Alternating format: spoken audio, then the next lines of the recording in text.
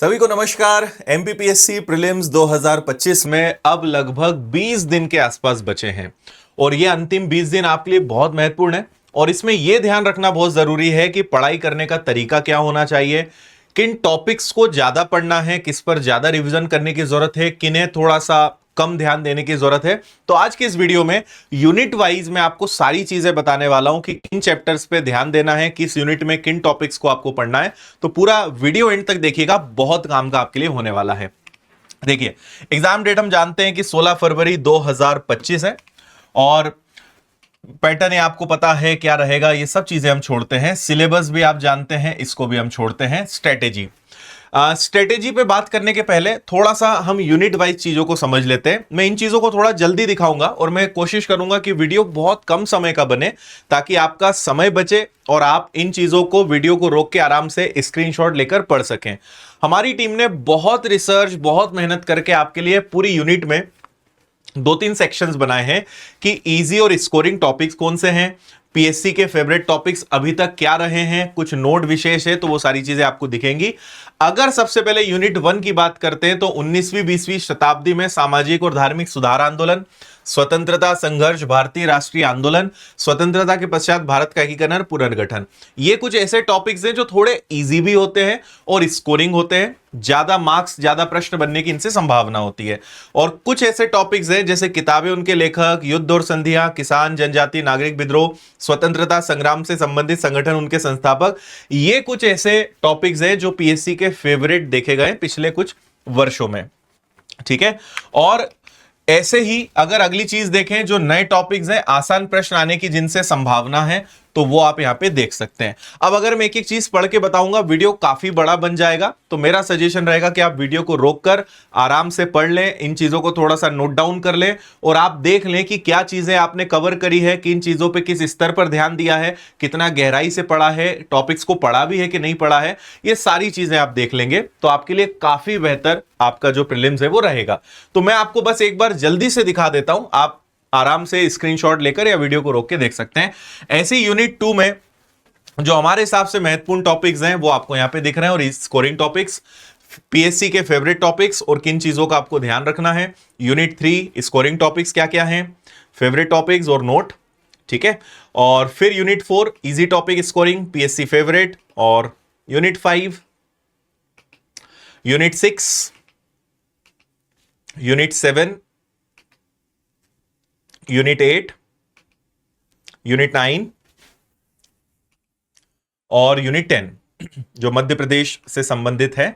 और ये पीएससी के फेवरेट टॉपिक्स है ना। इस यूनिट से 6 से 7 प्रश्न आसान रहेंगे। ये काफी इंपॉर्टेंट यूनिट है और इन सब की यूनिट वाइज आपने विनर्स की अगर किताबें देखी हैं तो वो बहुत हेल्पफुल रही होंगी और बहुत ज्यादा संख्या में इस बार हमने देखा है कि विनर्स पब्लिकेशंस की एमपीपीएससी किताबों पे विद्यार्थियों का भरोसा बड़ा है। और आप सिंगल यूनिट वाइज कोई किताब भी ले सकते हो, पूरा सेट भी ले सकते हो, और अगर नहीं लिया है तो आखिरी दिनों में रिवीजन पर्पज से किताबें आपके लिए बहुत काम की रहेंगी। तो आप विनर्स की किताबों का पूरा यूनिट वाइज सेट भी ले सकते हो या सिंगल किताब भी ले सकते हो, ऑनलाइन भी विनर्स की पब्लिकेशंस ऐप से, या फिर आप आपके आसपास जो भी बुक स्टोर है वहां से भी ले सकते हो, है ना। चलिए, तो ये मैंने आपको सारा यूनिट का दिखाया। अब मैं आपको कुछ चीजें बता देता हूं जो आपको इन अंतिम समय में ध्यान रखना है।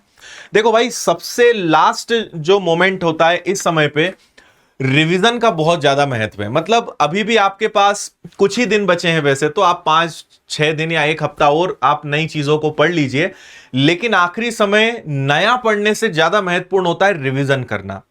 जितना रिवीजन करेंगे, जितना पढ़ा हुआ मजबूत करेंगे, वो ज्यादा फायदा देगा बजाय नए कंटेंट या नई चीजों पे फोकस करने के। क्योंकि इन एग्जाम्स में इतना डेटा, इतना फैक्ट, इतनी सारी थ्योरी होती है कि आप, और कभी अंत हो नहीं सकता, आप जितना पढ़ेंगे वो कम लगेगा आपको। लेकिन भाई उसकी भी एक लिमिट है। ऐसे तो हम अगर 2 साल तक भी प्रीलिम्स को और अगर मेंस को पढ़ते रहे तो खत्म ना हो, लेकिन हमें यह बहुत महत्वपूर्ण होता है कि हम ज्यादा पढ़ रहे हैं या जितना पढ़ रहे हैं वो परफेक्ट हमारे दिमाग में बैठ रहा है। तो सेकंड वाली चीज बहुत महत्वपूर्ण है।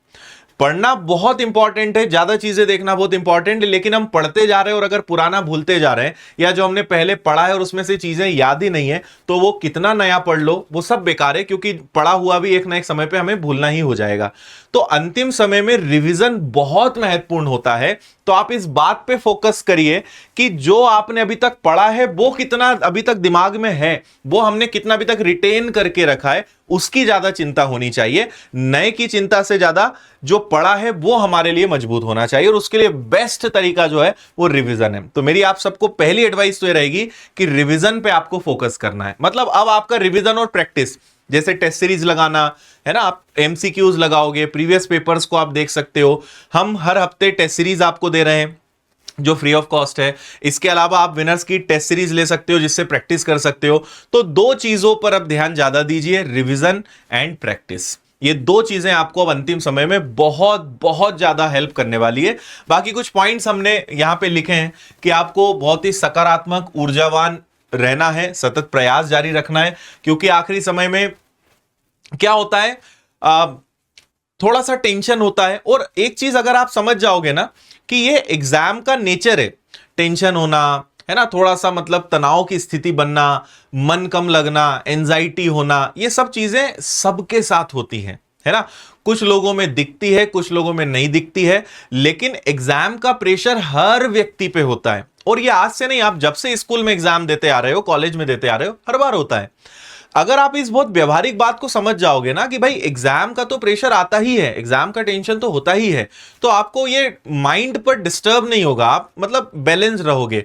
लेकिन अगर इतना ज्यादा लोड लोगे कि अरे ऐसा ना हो जाए, वैसा ना हो जाए, एग्जाम नहीं निकला तो क्या होगा, मैं किसको क्या जवाब दूंगा या दूंगी, आखिरी समय में आप अपने दिमाग पर और इतनी सारी चीजों का लोड ले लेते हो कि आप उससे अपनी तैयारी को और अपनी सफलता को ही डैमेज करते हो।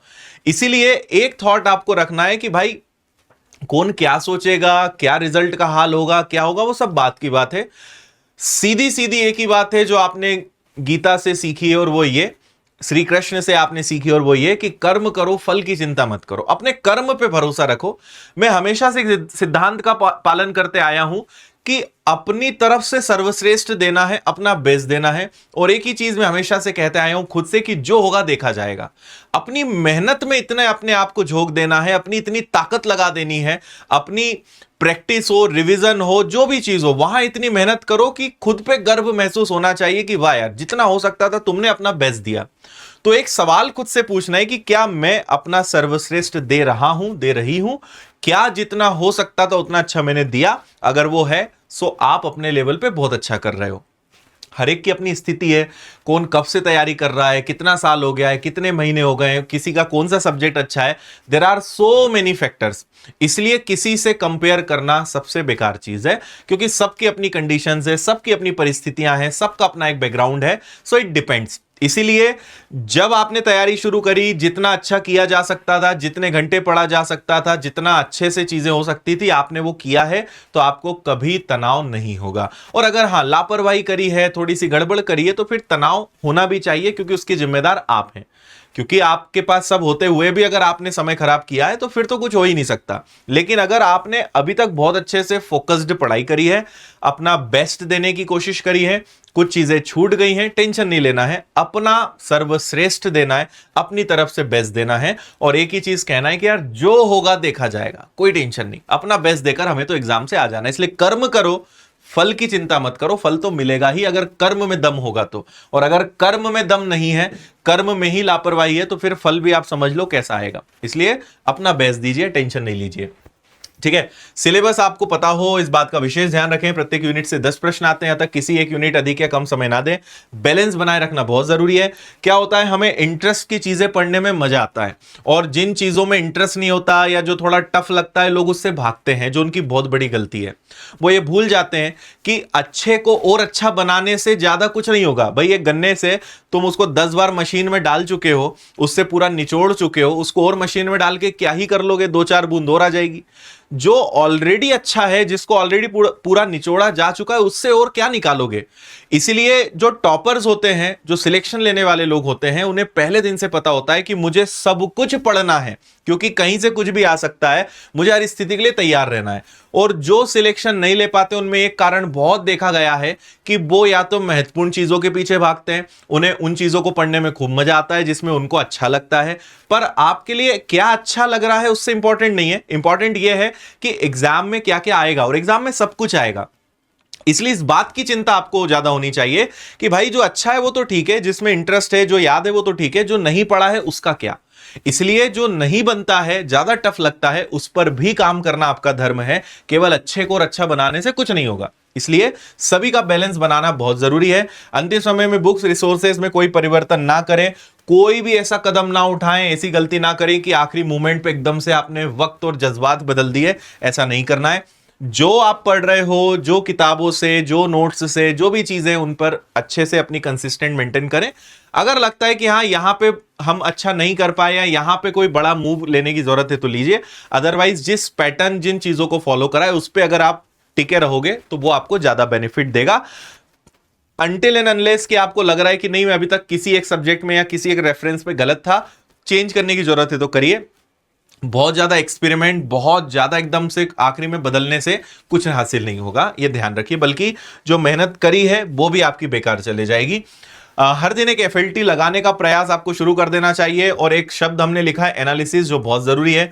जिनमें कठिनाई आ रही है उनका रिवीजन करें। क्या होता है, टेस्ट तो लगाया लेकिन एनालिसिस नहीं करा या ध्यान ही नहीं दिया हमसे क्या नहीं बना। टेस्ट हम लगाते ही इसीलिए हैं कि यार हम कहां गलती कर रहे हैं, उसको और मजबूत करें, उसको और बेटर करें।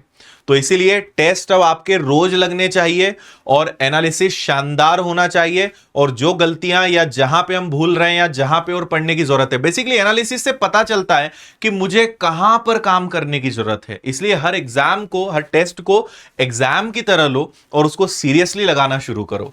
और पुराने सभी मॉक टेस्ट का अगर आप रिवीजन कर लेंगे तो बहुत ही अच्छा हो जाएगा। मध्य प्रदेश सामान्य ज्ञान का विशेष महत्व है।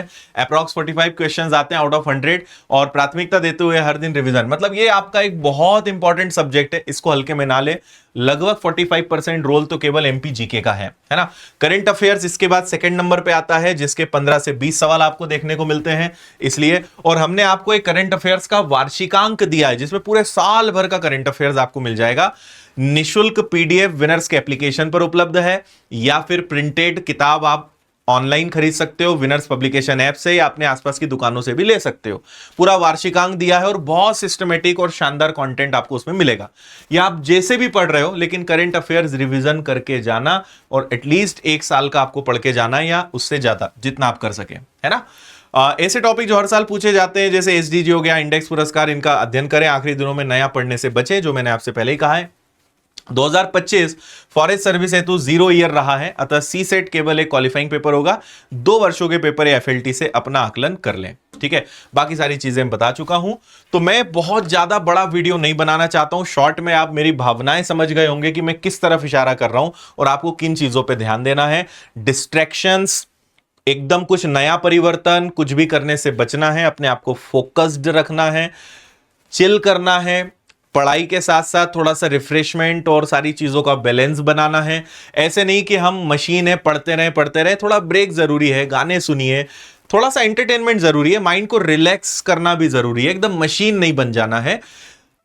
ऐसा कोई बहुत चेंज नहीं आ जाएगा, बल्कि अगर माइंड को थोड़ा ब्रेक मिलता है तो वो साइंटिफिकली भी ज्यादा बेटर होता है। इसलिए हर चीज का बैलेंस बनाएं, लोड नहीं लें और प्रॉपर स्ट्रेटेजी को पालन करें। कोई आपका दोस्त कैसे पढ़ रहा है, किसी ने यूट्यूब पे बनाया कि भाई आखिरी दिनों में ऐसा स्टडी प्लान होना चाहिए, ये सब बेकार की चीज है। हर एक व्यक्ति की अपनी अलग कंडीशंस हैं, उसका अपना एक अलग टाइम टेबल है, उसका अपना अलग एक्टिव आवर्स है, उसका अपना अलग लेवल है। अपने आप को देखते हुए एक अच्छी रणनीति बनाइए, अपनी स्थिति को देखते हुए उस हिसाब से एक शेड्यूल बनाइए, वो आपके लिए बेस्ट है। कोई कुछ भी बता दे, वो हर व्यक्ति के लिए सही हो ऐसा बिल्कुल नहीं हो सकता है। आपके लिए क्या बेस्ट होगा वो आपसे अच्छा कोई नहीं जानता। और इतना हमारे अंदर एक डिसीजन मेकिंग पावर होना चाहिए कि एटलीस्ट हम अपने लिए तो सही डिसीजन ले सकें। आप इतने बड़े पोस्ट पर जाने वाले हैं, इतने शानदार जॉब को आपने टारगेट किया, एग्जाम को आपने टारगेट किया है, और अगर आप इसके लिए दूसरों के रास्ते, बताए हुए रास्ते पे चलोगे तो आप एक अधिकारी के गुण को तो पहले, मतलब जो एक फर्स्ट बेसिक सेंस है वो तो आप में है ही नहीं। आप दूसरों के डिसीजन से अपना लाइफ कैसे बना लोगे? तो एटलीस्ट अपनी कमियां, अपने सारी चीजों को देखते हुए आप स्ट्रेटेजी बनाओगे, वो आपके लिए बेस्ट है। सुनिए सबकी, सबको सुनो, सबके वीडियो देखो, सबके पॉइंट को समझो, लेकिन डिसीजन आपका होना चाहिए, वो बेस्ट रणनीति है ना। किसी एक का टॉपर का वीडियो देख लिया, किसी ने बताया मैं ऐसे पढ़ता था, मैं तो रात को 12 से शुरू करता था, सुबह 6 तक पढ़ता था, आप भी 12 से 6 पढ़ लोगे, सिलेक्शन हो जाएगा, कोई गारंटी नहीं है। उसके लिए वो टेक्निक काम कर गई, आपके लिए करे, नो गारंटी। इसलिए अपना रूटीन, अपना शेड्यूल, अपनी रणनीति, अपना पढ़ने का तरीका, अपनी वीकनेसेस पे काम करने का तरीका, अपना टेस्ट लगाने का तरीका, एनालिसिस सब अपना होना चाहिए, क्योंकि आप अपने आप को बहुत अच्छे से जानते हो। तो सारी चीजों को नॉलेज लेकर, सब लोगों को सुनकर अपने आप पर काम करिए, अपने ऊपर काम करिए, और बेस्ट रणनीति या बेस्ट जो टेक्निक्स है वो खुद के लिए बनाइए। तो फिलहाल इतनी ही बातें करने के लिए मैं आया था। उम्मीद है कि इस वीडियो से आपको थोड़ी बहुत हेल्प जरूर मिली होगी। अगर आप कुछ स्पेसिफिक टॉपिक्स पे वीडियो चाहते हैं, या आपको लगता है कि सर इस चीज पर कुछ बात करिए, तो आप कमेंट कर दीजिएगा, और आगे हम और कुछ ऐसा लगता है कि अब ये चीज आपके लिए जरूरी है या ये बात आपको बताना जरूरी है, तो वो वीडियो भी मैं आपके लिए लेकर आऊंगा, है ना। और जैसा मैंने कहा है कि विनर्स के एप्लीकेशन पर आपको सारी चीजें मिल जाएंगी। टारगेट बैच आप अभी भी जुड़ना चाहें तो आप जुड़ सकते हैं। फाउंडेशन बैचेस हैं हमारे। ये टेस्ट सीरीज आपके पास जरूर होनी चाहिए। 40 टेस्ट आपको मिलेंगे ऑनलाइन 499 में, ऑफलाइन आपको देना है तो 999 में। इसके अलावा ये वार्षिकांक जिसकी मैं बात कर रहा था, एमपीजीके की बहुत बेहतरीन बुक है, अपडेटेड है ना। एमपीपीएससी का पूरा फाउंडेशन का पूरा सेट है, पूरी आप यूनिट की किताबों का सेट ले सकते हो। तो विनर्स इंस्टीट्यूट ऐप पर आपको किताबें मिल जाएंगी, कोर्स मिल जाएगा। विनर्स पब्लिकेशंस ऐप पर आपको किताबें मिल जाएंगी, लिंक डिस्क्रिप्शन में, वहां से आप जुड़ सकते हो। So that's it from my side. All the very best आप सभी को। बाकी हम और पूरी विनर्स की टीम आपके साथ है। बस आप मेहनत करिए, हम आपके लिए जो भी बेस्ट हो पाएगा वो समय समय पर आपको बताते रहेंगे। Thank you. जय हिंद।